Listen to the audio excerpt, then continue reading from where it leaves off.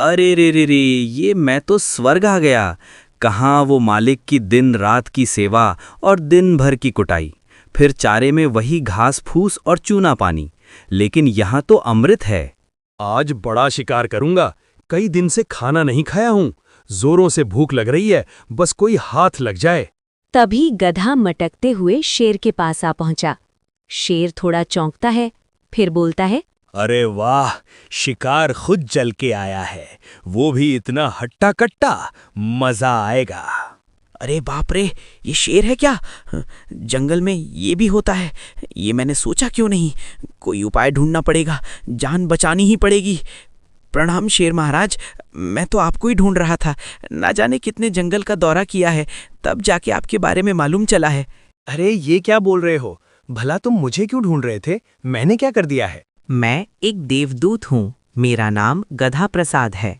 मैं देवलोक का एक गधा हूँ जो आपका सलाहकार बनने की इच्छा रखता हूँ। सलाहकार क्यों बनना चाहते हो?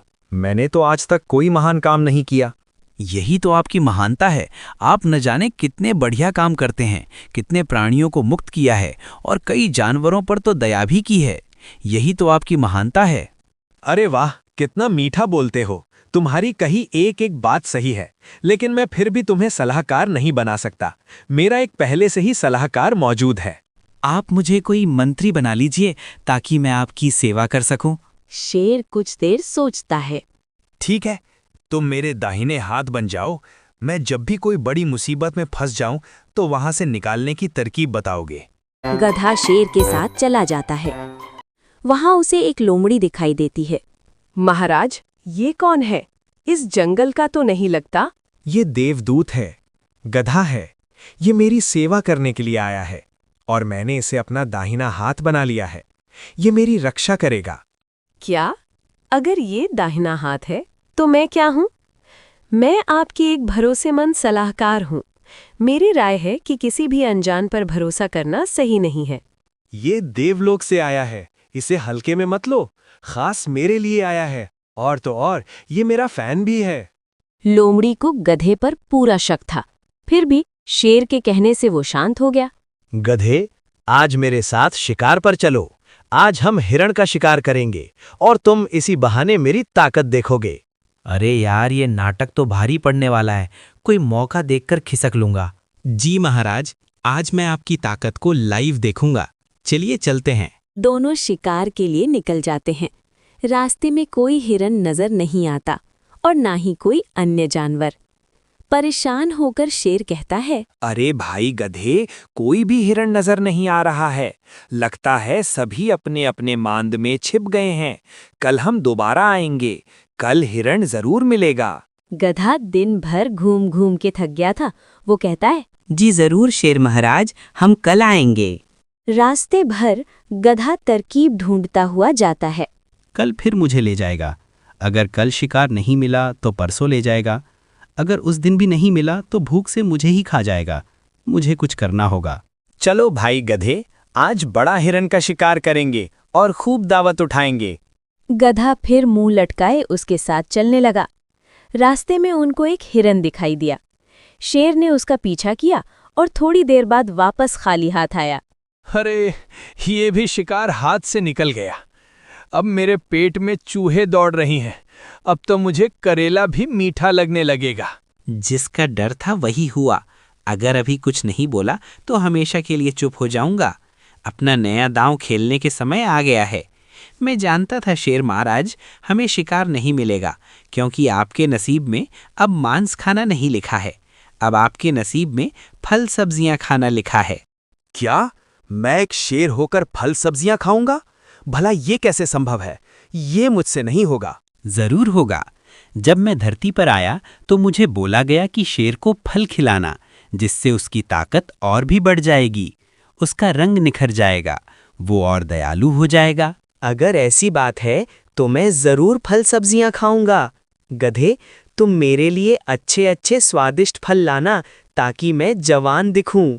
जानवर कई दिनों से गधे को शेर के साथ देख रहे थे, इसलिए गधा जिसके घर भी जाता वो डर से उसे कुछ फल दे देता। गधा इस बात को नोटिस करता है। अरे वाह, मैं जो बोलता हूँ वही होता है। जिससे जो भी मांगू वो मेरे सामने लाकर रख दे रहा है। मुझे कोशिश भी नहीं करनी पड़ रही है। गधा फल सब्जियां लेकर जब शेर के पास पहुंचा तो शेर ने एक एक करके फल और सब्जियां खाईं। उसे खाकर उसका मुंह उतर गया। अरे बाप रे, इसका स्वाद कैसा है। मुझे तो बहुत ही बेस्वाद लग रहा है, लेकिन सुंदर और ताकतवर दिखने के लिए ये बहुत जरूरी है। एक दिन लोमड़ी शेर से मिलने आई। उसे फल सब्जियां खाते देख हैरान हो गई। उसने पूछा, ये आप क्या कर रहे हैं? भला फल और सब्जियां क्यों खा रहे हैं? छोड़िए ये सब, तुम चुप रहो। इससे मुझे ताकत और सुंदरता मिलेगी। मेरे देवदूत गधे ने कहा है कि इससे मुझे सब कुछ मिल जाएगा। एक बार तुम भी ट्राई करो और देखो कि कैसे ये सब काम करता है। अरे आप उसके बातों में अंधा विश्वास कर रहे हैं। अंधभक्त मत बनिए। जैसा आप हैं वैसे ही रहिए। किसी के कहने से बदलने की कोशिश मत कीजिए। अच्छा, लेकिन वो देवदूत है, उसकी बात झूठ नहीं हो सकती। तुम मुझे मत बहकाओ। बोलो, किस काम से आई हो? गधे की शिकायत लेकर आई हूँ। ये आपका देवदूत किसी से भी कुछ भी मांग लेता है। अगर कोई नहीं देता तो उसको आपके नाम से डराने लगता है। फिर डर के मारे सभी उसे कुछ न कुछ देते हैं। ये तो बहुत गलत बात है। मेरा नाम लेकर गधा ये सब कर रहा है। आज मैं उसका पीछा करके सच्चाई का पता लगाऊंगा और उसे दंड भी दूंगा। अरे ओए, सामान निकाल, जल्दी निकाल। मेरे पास समय नहीं है, वरना शेर को बुलाऊंगा। अरे गधे, तुम ये क्या कर रहे हो? मेरे नाम का गलत इस्तेमाल करके सबसे वसूली कर रहे हो। अरे नहीं नहीं शेर महाराज, मैं तो आपकी ताकत को दिखाना चाहता था। क्या आपने देखा, आपके एक नाम से इस प्राणी ने बिना सोचे समझे सामान लेकर दे दिया। सोचिए आपकी ताकत कितनी बढ़ चुकी है। अरे वाह, मंत्री हो तो तुम जैसा। वरना जब लोमड़ी ने मुझसे कहा कि तुम ये सब कर रहे हो तो मैं बहुत परेशान हो गया था। मुझे लगा कि तुम मुझे धोखा दे रहे हो। अच्छा, उसने ये सब कहा। माफ करना शेर महाराज, छोटी मुंह बड़ी बात।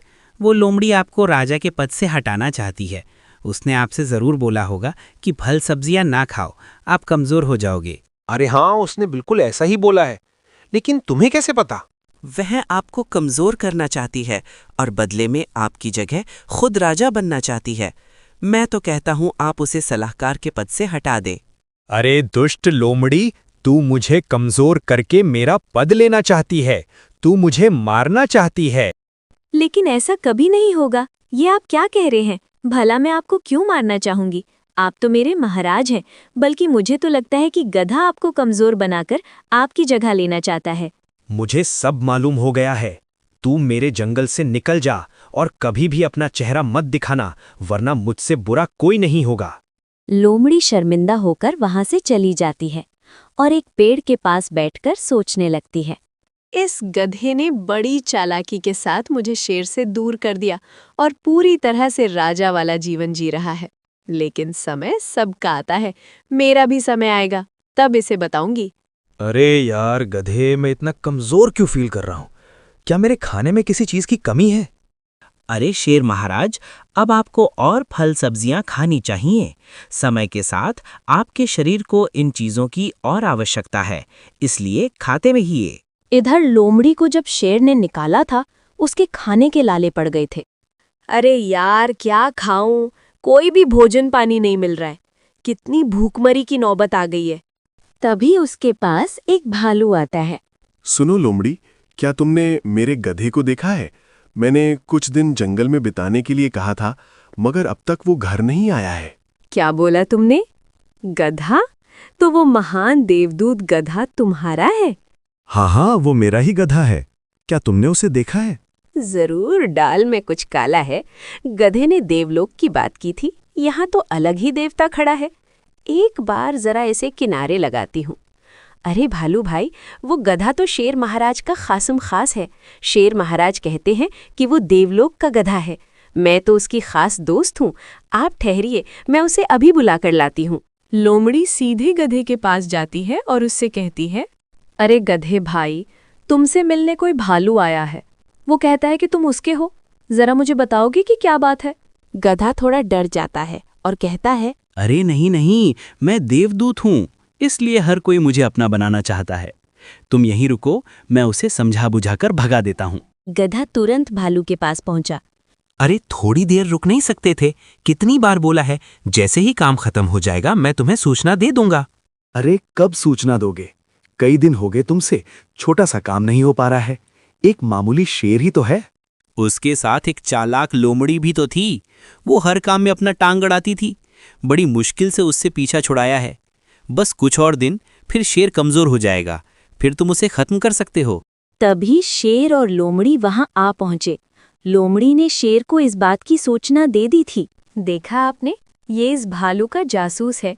मैंने आपसे कितनी बार बोला था, हर किसी पर भरोसा नहीं किया करते, चाहे वो कोई भी दावा करे, चाहे खुद को भगवान ही क्यों ना बताए।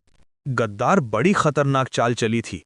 मुझे फल खिलाकर कमजोर करना चाहता था और इसे भालू के हाथों मुझे खत्म करना चाहता था। शेर अपनी पूरी ताकत के साथ उन दोनों पर हमला कर देता है और दोनों की खूब पिटाई कर जंगल से भगा देता है।